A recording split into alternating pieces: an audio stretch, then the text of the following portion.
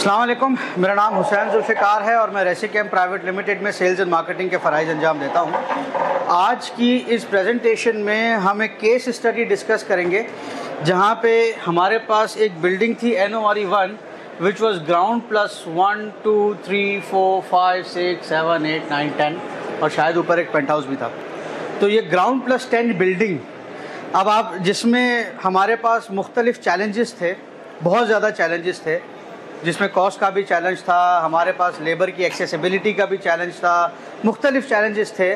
तो उन चैलेंजेस को ओवरकम करके एक रिकॉर्ड टाइम के अंदर एक बिल्डिंग हमने कैसे फिनिश की उसके ऊपर एक केस स्टडी है।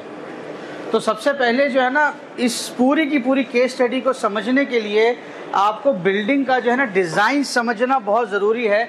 अब यहाँ पे देखिए, सबसे पहले तो मेरे पास जो है ना इतनी सारी रिब्स आ रही हैं, यहाँ पे धारी किनारी का काम है।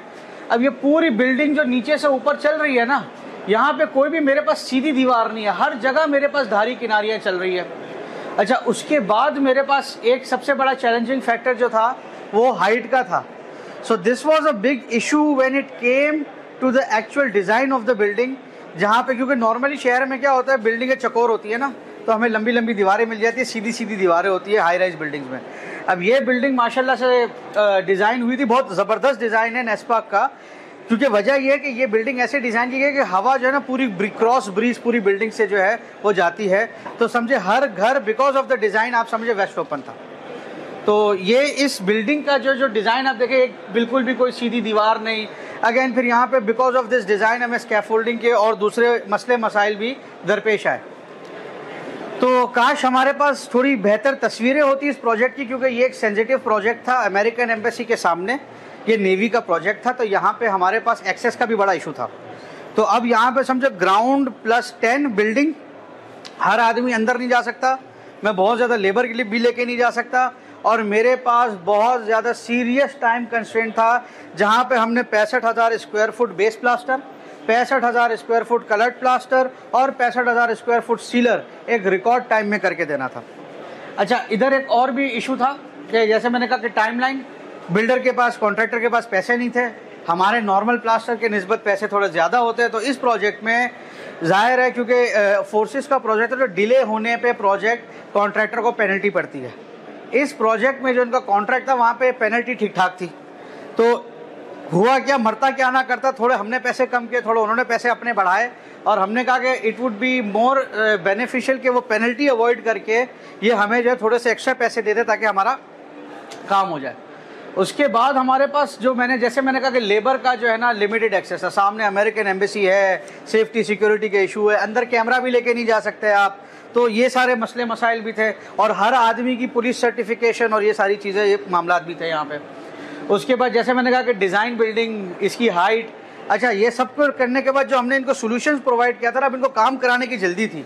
तो जैसे ये आप यहाँ पे प्लास्टर की मशीन देख रहे हैं ना, उस वक्त ये मशीन हमारे पास नई आई थी, और हमारे पास मशीन के पंप्स और स्पेयर पार्ट भी जो है इतनी वाफिक मिकदार में अवेलेबल नहीं थे कि हम फौरी तौर पे जाके फुल फोर्स के साथ काम कर सकें। तो अब ये जो सारे के सारे चैलेंजेस के बावजूद भी हमने जो है इनको एक प्रपोजल सजेस्ट किया, जहाँ पे हमने कहा कि भाई आप जो है ये हमारा प्लास्टर जो है वो इस्तेमाल कर लें। तो ये प्लास्टर की जो मशीन है, इसका मैं आपको एक छोटा सा डेमो दे दूँ। देखें, आपके पास एक मेसनरी की दीवार आ गई, ये मशीन आपके सामने यहाँ पे पड़ी हुई है। इस मशीन के अंदर ही हमने प्लास्टर का जो है वो बैग फाड़ दिया। प्लास्टर का बैग फाड़ने के अंदर हमने जो है मशीन के अंदर जो है एक वाटर पाउडर रेशो जिसे हम कहते हैं वो सेट कर लिया। ये वाटर पाउडर रेशो सेट होने के बाद सिंपली दीवार पे जैसे देख रहे ठिया लगा हुआ है तराई की, और हमने यहाँ पे सिंपल स्प्रे करना शुरू कर दिया। अब ये जो मशीन है हमारी प्लास्टर की, ये घंटे का, depending upon the thickness, anywhere from 1200 से 4000 स्क्वायर फुट जो है ना प्लास्टर घंटे का स्प्रे कर सकती है। तो इसका मतलब क्या हुआ कि अगर हम चाहें तो दिन में लेट सपोज अगर एवरेज 2000 स्क्वायर फुट भी घंटे का मैं कर लूँ और 6 घंटे भी मशीन चलाऊँ, तो दिन में एक मशीन से हम 12000 स्क्वायर फुट काम कर सकते हैं, अगर दीवार सीधी सीधी हो, धारी किनारी ना हो, पीछे लेवलिंग की लेबर लगी हो। आइडियल सिचुएशन की बात कर रहा हूँ। तो यहाँ पे एटलीस्ट ये सारे मामला जो है हमारे कवर हो जाते हैं। इसी तरीके से ये बेस प्लास्टर हो गया। इसी तरीके से जो हमारा रेसी प्लास्टर एंड 110 है, ये रेसी प्लास्टर 110, जैसे यहाँ पे आप अक्सर सैंपल्स देख रहे हैं, डेकोरेटिव प्लास्टर के हमारे सैंपल्स लगे हुए हैं। तो ये रेसी प्लास्टर 110 को भी बेस ग्रे जो हमारी सरफेस है उस पर हल्की सी तराई देके हम यही बेस तो यही डेकोरेटिव प्लास्टर 4 से 6 mm पे स्प्रे कर सकते हैं। अच्छा, एक और सोल्यूशन भी हमने प्रपोज किया था जिसमें हमने कॉन्ट्रैक्टर को कहा था कि डायरेक्ट मेसनरी के ऊपर जो है आप चाहें तो कलर प्लास्टर भी कर सकते हैं, लेकिन चूंकि एक तो बिल्डिंग साल में नहीं थी तो कहीं पे आधा इंची प्लास्टर आ रहा था, कहीं पे 1.5 इंची, कहीं पे 2.5 इंची, तो यहाँ पे बिकॉज स्ट्रक्चर की अलाइनमेंट प्रॉपर नहीं होती तो हमारे पास जो है मुख्तलिफ प्रॉब्लम्स आ रहे थे। तो हमने कहा कि चले ठीक है, फिर हम 2 लेयर में करते हैं, पहले एक बेस लेयर बनाते हैं, दीवार सीधी करते हैं, फिर डेकोरेटिव की 4 से 6 mm की आपको लेयर डाल के देते हैं। उसके बाद जो है ये अगेन सेम प्लास्टर के ऊपर जो है आपने लेवलिंग वगैरह कर ली और इसके ऊपर फिर हम एक और ट्रीटमेंट करते हैं जिसे हम वाटर रिपेलेंट सीलर कहते हैं। Again NORE1 being close to the sea front, क्योंकि इस प्रोजेक्ट पे भी जो है सामने थोड़ा सा समंदर था तो खारी हवा और नमकियात बहुत ज़्यादा होती है, तो उसके लिए फिर हम ऊपर सीलर लगाते हैं इसके ऊपर, जो कि हमारा सिल ब्लॉक वाटर रिपेलेंट सीलर है। ठीक हो गया। तो अब मैं आपको बताता हूँ कि अब पंप भी नहीं थे हमारे पास।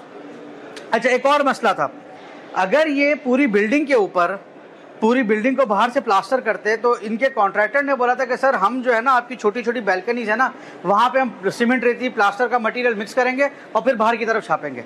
इसका मतलब ये हुआ कि पूरी बिल्डिंग में जितनी भी बैल्कनीज थी और अंदर का जितना भी एरिया था वो आप फिनिश ही नहीं कर सकते, टाइलिंग ही नहीं कर सकते उसके ऊपर, क्योंकि वहाँ पर तो उसने माल मिक्स करना होता है। तो फिर क्या करता भाई, तो हमने क्या किया यहाँ पे, अच्छा हमारे पास पंप नहीं थे ना, तो वरना ये मशीन जो है ज़मीन से जो है 100-200 फुट वर्टिकल भी पंप कर सकती है। लेकिन फिर हमने वहाँ पे क्या किया कि बिल्डिंग के कोने में एक अफगानी लिफ्ट लगी हुई थी पहले से, हम 5-5, 10-10 बोरी जो है ना वो लिफ्ट आती थी, टक टक टक टक करके हमने जो है ना ऊपर का पूरा फ्लोर ले लिया था।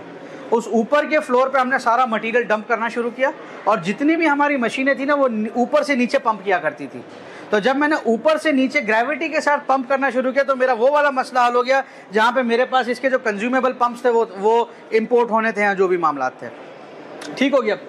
तो हमने सारा का सारा मटेरियल ऊपर चढ़ाया, ठीक है, और ऊपर से लेके नीचे पूरा पंप किया और वहाँ पे फिर हमने सबसे पहले 65,000 स्क्वायर फुट जो है 85,000 स्क्वायर फुट 85,000 स्क्वायर फुट हमने वहाँ पे बेस प्लास्टर किया, 85,000 स्क्वायर फुट हमने कलर प्लास्टर किया और 85,000 स्क्वायर फुट हमने सीलर लगाया 90 डेज के अंदर, 90 दिन, 3 महीने में। वो बेस प्लास्टर अभी यहाँ पे फिनिशिंग हुई, कन्वेंशनल कॉन्ट्रैक्टर ने 18 महीने बोले थे कि ये मैं बाहर की पूरी बिल्डिंग 18 महीने में कंप्लीट करूँगा, क्योंकि लेबर की एंट्री और बहुत सारे मसले मसाइल थे।